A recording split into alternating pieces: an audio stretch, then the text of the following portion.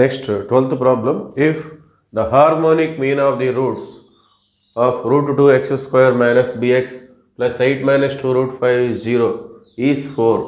ఒక ఈక్వేషన్ ఇచ్చారు root 2x square minus bx plus 8 minus 2 root 5 is equal to 0. ఇది ఒక క్వాడ్రాటిక్ ఈక్వేషన్. దీనికి 2 రూట్స్ ఉంటాయి.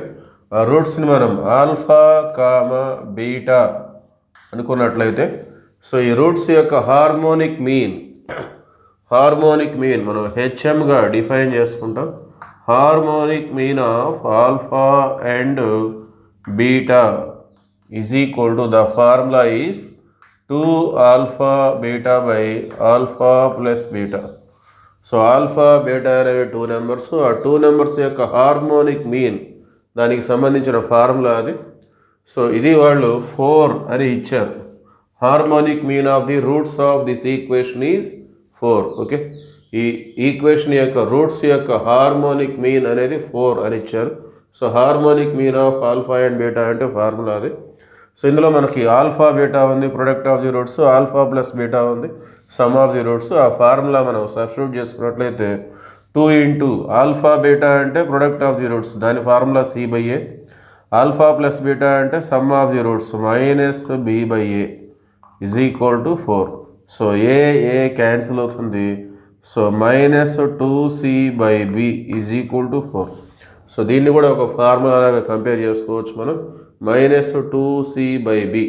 సో ఇక్కడ ఏ అంటే ఎక్స్ స్క్వేర్ కోఎఫిషియంట్, బి అంటే ఎక్స్ కోఎఫిషియంట్, సి అంటే కాన్స్టెంట్. ఓకే, సో దీంట్లో మనం సబ్స్టిట్యూట్ చేసుకుందాం. మైనస్ 2 ఇంటూ సి అంటే constant term 8 minus 2 root 5 by B అంటే ఇక్కడ x coefficient. Okay, so x coefficient ఏముంది, మైనస్ బి ఉంది. So minus B is equal to 4.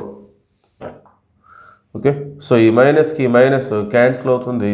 మనకి బి అనేది కావాలి కాబట్టి బిని రైట్ సైడ్, 4ని లెఫ్ట్ సైడ్ తీసుకొచ్చినట్లయితే B is equal to 2 into 8 minus 2 root 5 by 4.